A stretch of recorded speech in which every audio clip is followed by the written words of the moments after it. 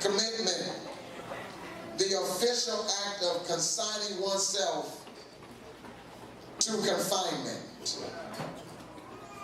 giving yourself over to something or to someone. Synonyms that match up with this are loyalty, wow, allegiance, dedication. Another definition for commitment is the act of bonding yourself to a thing or a person. To permanently. You ever watch during your unsafe days? You ever watch those fight videos? Yeah. When girls get into fights? What you trying to act like you want to watch it? That's not y'all trying to be real sadistic today. Y'all looking at me like, I ain't never seen World Star. I noticed something about women. When y'all really about to get up into somebody, it's a funny way that they do their hand, but they go under and they grab their hair. Y'all already know what's coming. Look at y'all. I'm going to help them today. And as you do this, you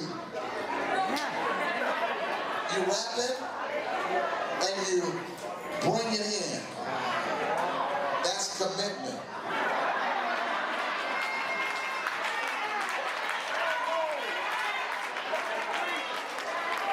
That's why you got to be careful who you sleep with. Because that whole time that you was involved in moments of pleasure,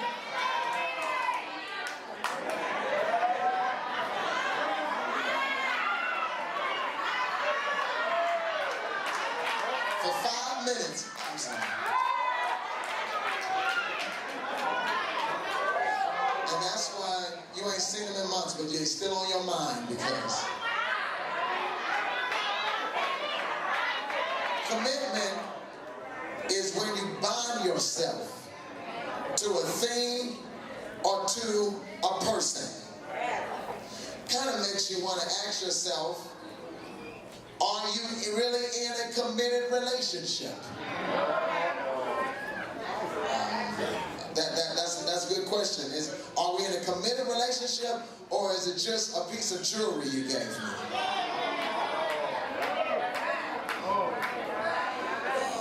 Are we committed friends, or do you just use me for the stuff I have? Alright, so says a lot of y'all think I'm not talking to you. Are you committed to God, or you just didn't have nothing to do today?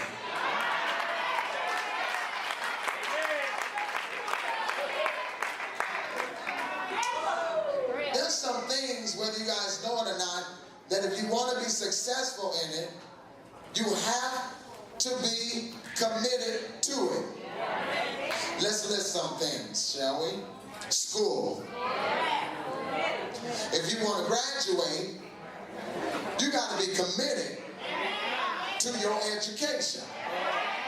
Now, some people get ready to go to college.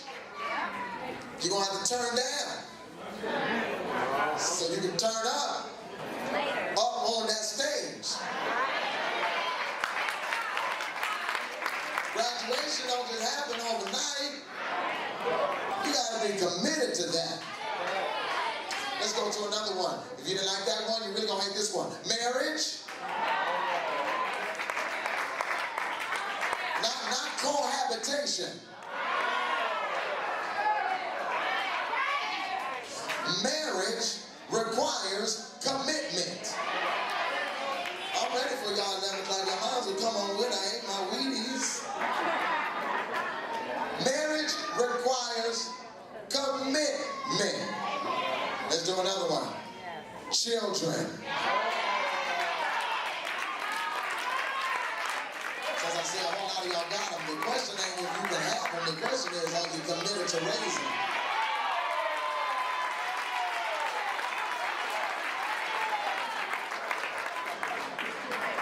Your goals, your career, not just a job, your career, achieving a career that takes years and years to achieve requires commitment. You have to be bonded to that. Ministry requires commitment. Ministry requires commitment. Your destiny, achieving your destiny requires commitment.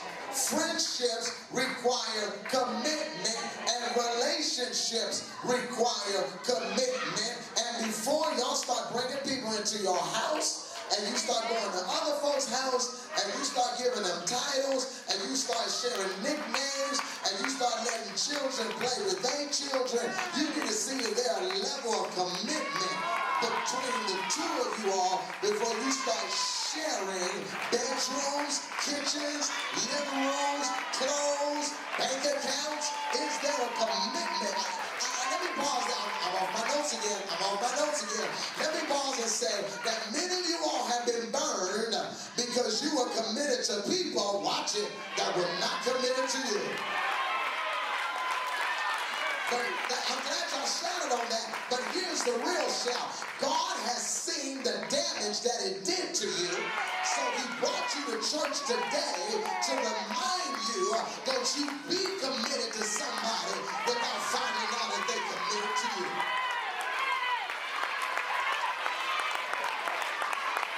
Try the Spirit, bless his holy name.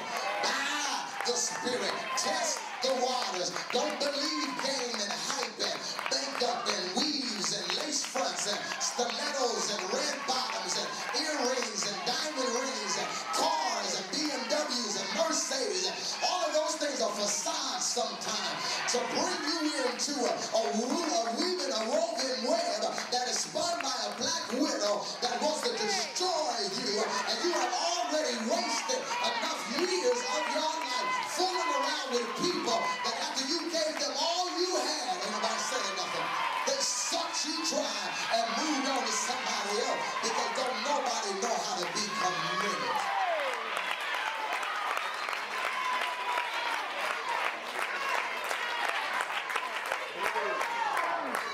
I'll tell you something. You know why our generation, us, I'm gonna say us, because I'm just not growing to a place where I'm getting out of it. Us, the problem that us have is that we always play the blame game. So when our relationships and our marriages and our careers and our goals and our destinies do not work out, we always point the finger at other factors and other people, when in actuality, if you can't receive this, you can't shout later. In actuality, a lot of times things fail and things fall because we did not have a mentality of commitment to stay with something that we stuck with. See, we got a bunch of spoiled brats that are coming up, and the moment things don't go their way, they quit and they walk away. But in 2015, I'm going to say this, and only 20, I know my church, only 20 folks going to get up and holler back at me. If you are a quitter, this is not your year. If you are a quitter, this is not your season. You can hopscotch all you want. You can speak in tongues all you want. But if those tongues can't keep you committed, your spirit is fraudulent. Because the Holy Ghost will keep you committed when you want to give up yourself.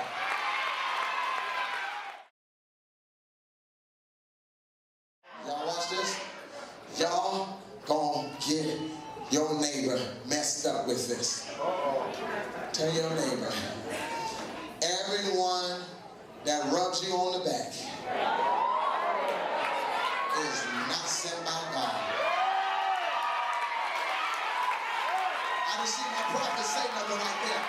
I didn't see nobody that was hollering when I was trying to teach. Didn't nobody say nothing right there. With their distracted spirits, ain't nobody talking back to me right there. I said, look at your neighbor. Say, everybody that makes you feel good when you want to sulk and be mad and be depressed is not sent from God. The soldiers that are sent from God say, get your act together.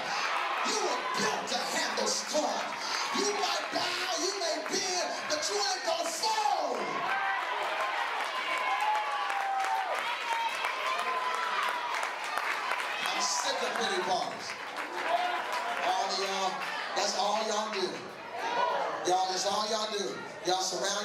with witches that pretend to pray. Listen, I came today purposely to say I'm going to act good. I've been good all day. But y'all surround yourself by people that when God is trying to take you through the fire, they abort that process. And you be like, oh, I think I'm going to leave the church. I think I'm going to go. You be like, well, that's because God is moving you to another season. God ain't always moving you to another season. Sometimes it is the season of stormy weather. Sometimes God has got to see what you're built out of. See, that's why some of y'all can't shout. Some of y'all was hollering and dancing earlier, and that's good. Some of y'all can't shout on that because when things get rough, you fold up like a card table. You lose a job. You can't nobody see you for 3 months. But the soldiers up in here have learned, Lord, take everything from me, and I'm still gonna praise your name. You can take the house, the car, you can take everything. I was born by myself. I'm going to die by myself. I came here naked. I'm going to leave naked as long as I got you, Lord. Our generation does not know how to be committed. And the reason why is that, number one, it's easier to leave than it is to stay. It's easy to walk away. I've never seen so many people walk away with ease. I've had to learn to be okay with that. I had to learn that everybody didn't grow up with the same morals that I grew up with. I had to learn that some people across the tracks don't got no good sense. I had to learn that some people you're sent to help them. They don't care nothing about you. I had to learn to be all right with that. Some of y'all need to be okay with that. Look at your neighbor and say, you need to be okay with that.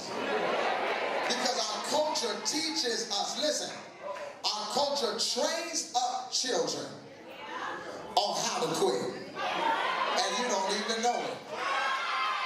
When your child comes to you and says, Mom, I can't read that word. And you say, well, find another book that's easier.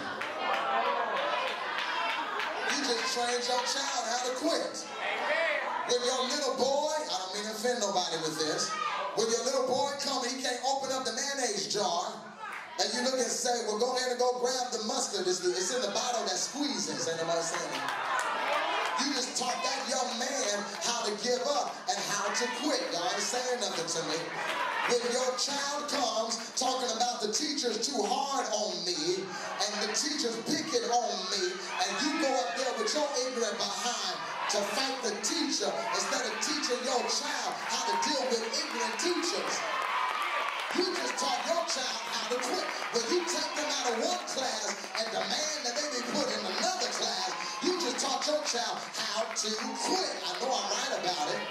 And so now we have perpetuated this mentality in our generation and in our time that when things can't be figured out, you get a divorce.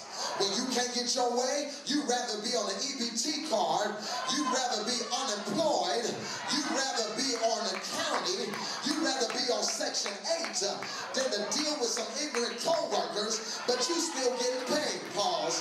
Let me put something up in there. Ain't nobody worth messing up my money. Are you hearing me?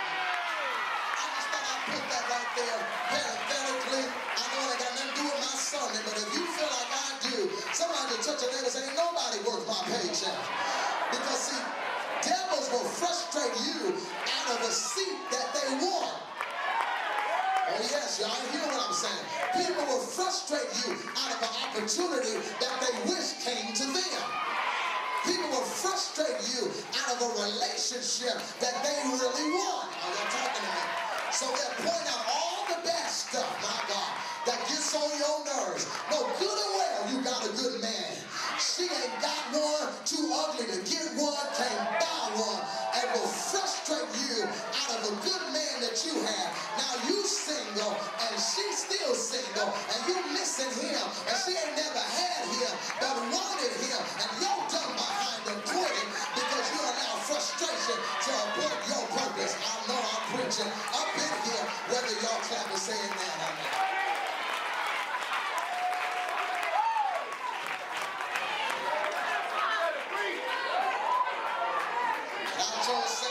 I told 9 o'clock this. you need to get this in your spirit, or you're not going to have a good year. Anything worth having is never going to be given to you. Which means, I'm glad y'all clapping on that, but here's where you clap. Here's where you take this down. Which means that whatever area or opportunity that you're being fought in right now is the opportunity that has been presented to you by the sovereign hand of God that is going to increase your value. I said that too fast.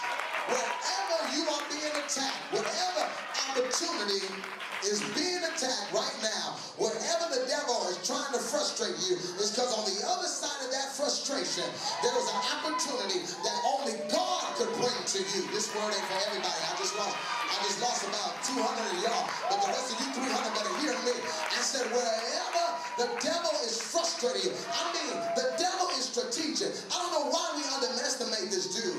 He is strategic. He knows how to plant people strategically throughout your journey to vex your spirit. And wherever you are looking up and you say, every time I get ready to do that, something is always there to vex me, that's because that opportunity has been sent to you by the hand of God to increase your worth. Y'all still ain't got it.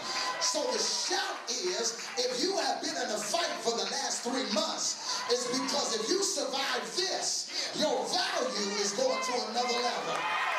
Which is the reason why people ought to be careful how they treat you right now.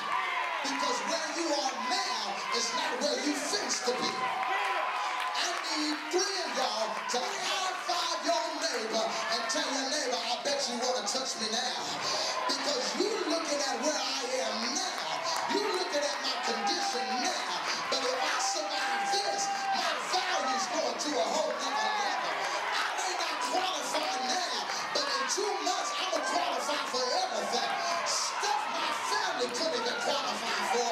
And if you ain't saying nothing, it's because you done let the devil trick you into believing that you ain't nothing. I need the people up in here that know that you are greater than your past, greater than your mistakes, greater than even the issue you're struggling with right now, to praise the almighty name of God, because if you survive this, your value's going to another level. Somebody holler, I'm about to be valuable.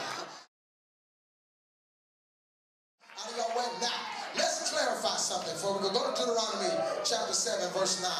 I'm going to go to that scripture, put it up on the screen so they can read it. But now, while I go there, let me clarify in this house who I'm talking to.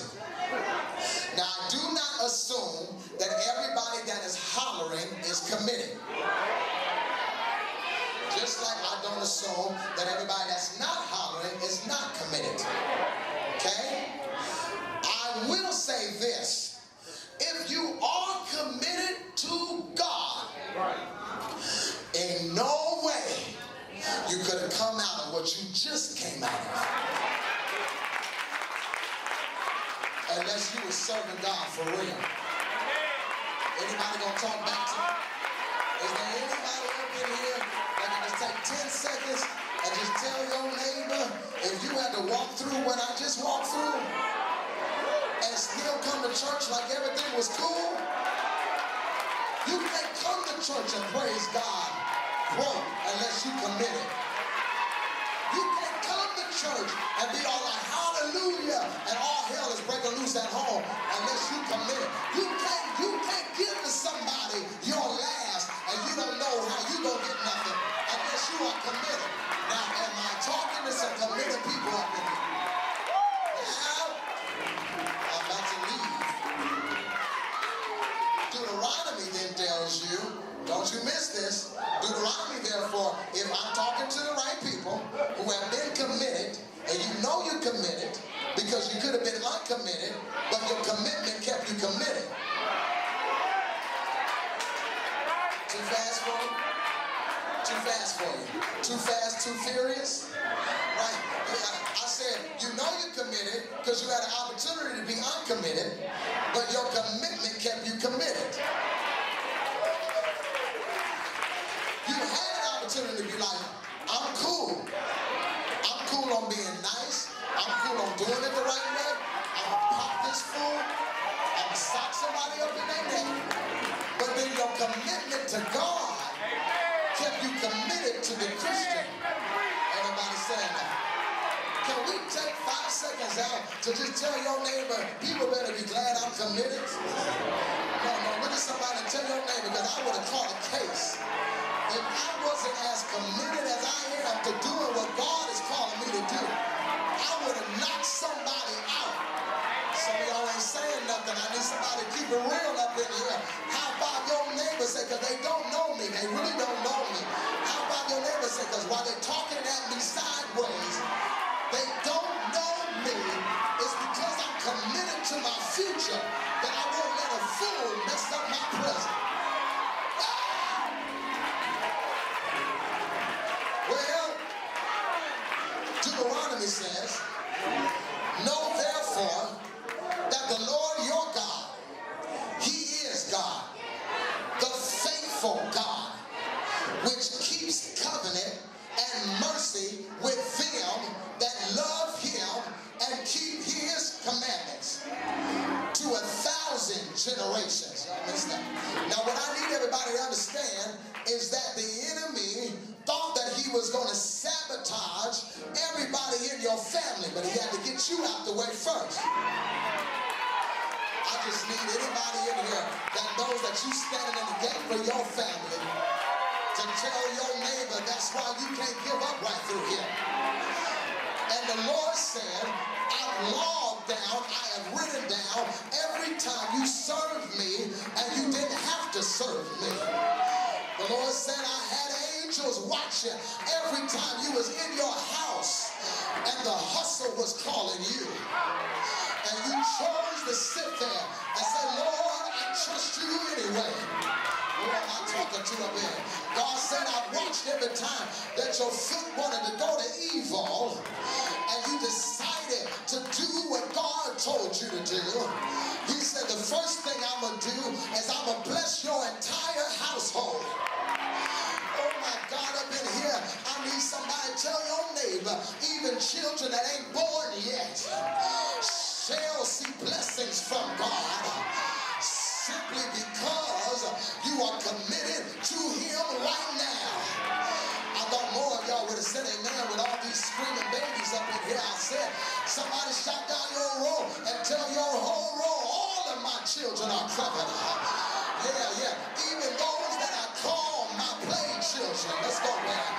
Simply because I will not give up when the devil wants me to give up. High five 3 people and say my whole house is covered. I ain't worried about what the devil trying to do, because the devil can't get to them, because while they're laying up in their bed, I'm up in here giving God all the glory. Somebody holler, that's why I had to come today.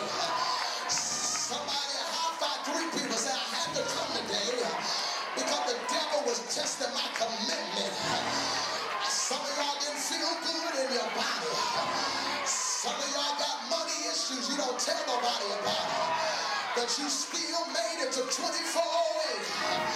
You drug yourself up in here and you said, Lord, you brought me too far for me to let the devil win right now.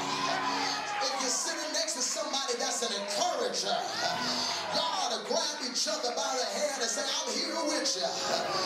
We fighting the same enemy. The same devil that's trying to take you out is the same devil trying to take me out.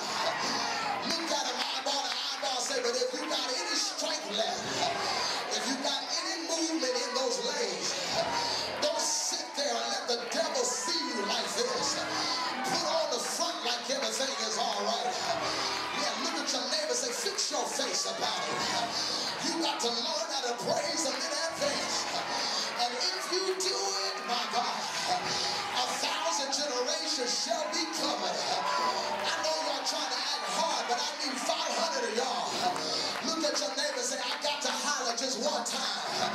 Because every time I holler, 1,000 generations are covered. Every time I scream, 1,000 generations are covered. Every time I clap, 1,000 generations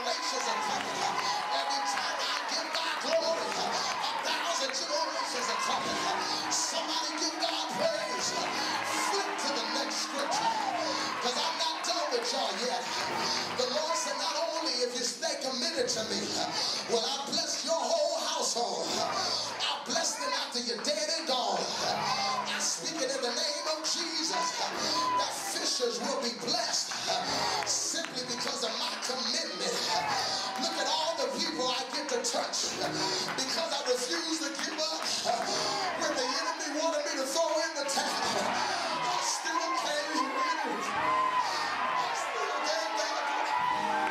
And look at every soul I touch. People going to college now because I stay committed. Y'all are blessed because I stay committed. Now lay hands on your neighbor and say, neighbor, you don't know what I've been through. These are not normal hands that are touching you right now. These are hands that have been through the fire. And I declare over your house that 1,000 generations shall be blessed. 1,000 generations shall see God. I feel you, Holy Ghost. Let's go. 1,000 generations shall see a breakthrough like they've never seen before. Somebody better get next to a crazy praiser and say, God ain't done with you yet, because he will love you better than you can love yourself. The third thing he's going to do, he's about to bless you and multiply you. Y'all missed a good place to shout. Not only is this year of a blessing, but this is a year when no sooner than you get it, it's going to magnify. No sooner than you get the job, another position going to open. No sooner than you get the house, another house is going to come up. No sooner than you get the loan, another yes is going to happen. I need 35 people to shout in 3 directions. Yes, yes, yes. Y'all ain't saying nothing up in here. I feel like preaching up in here. Shout in 3 other directions. Yes, yes, yes. That's the kind of year I'm going to have. Every time I turn around, I'm going to hear somebody saying yes. He's going to multiply you. All you got to do is not quit. Who am I talking to? I'm out of here, great as I am. May the Lord bless y'all. But before I leave you, you got to know what to say to the devil. Paul declared, if you're not a quitter, declare to the enemy, if God be for us, who shall be against us? Lord, I feel like preaching. Tell your neighbor, you may not see him, but God is with me. Tell your other neighbor, you may not know it, but God is with me. That's why I got the house. God is with me. That's why I drive what I drive. God is with me. That's why I'm not homeless. God is with me. That's why cancer is rebuked. God is with me. That's why diabetes can't touch me. God is with me. That's why I went crazy. God is with me.